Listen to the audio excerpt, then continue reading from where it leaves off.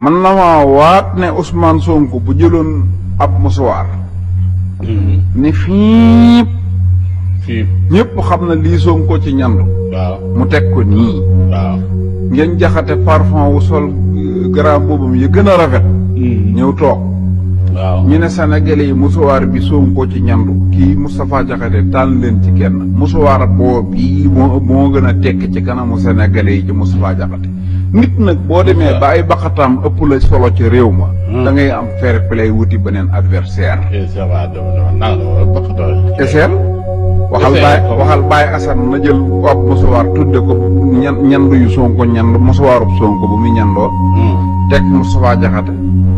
nga def sondage nga xool pour yow baqate yi ñooy gañ baqate yi moo ëpp boo doon jaay Moustapha Diakhaté di jaay baqatay Sonko kenn du waxaale Moustapha nit nag bu demee bay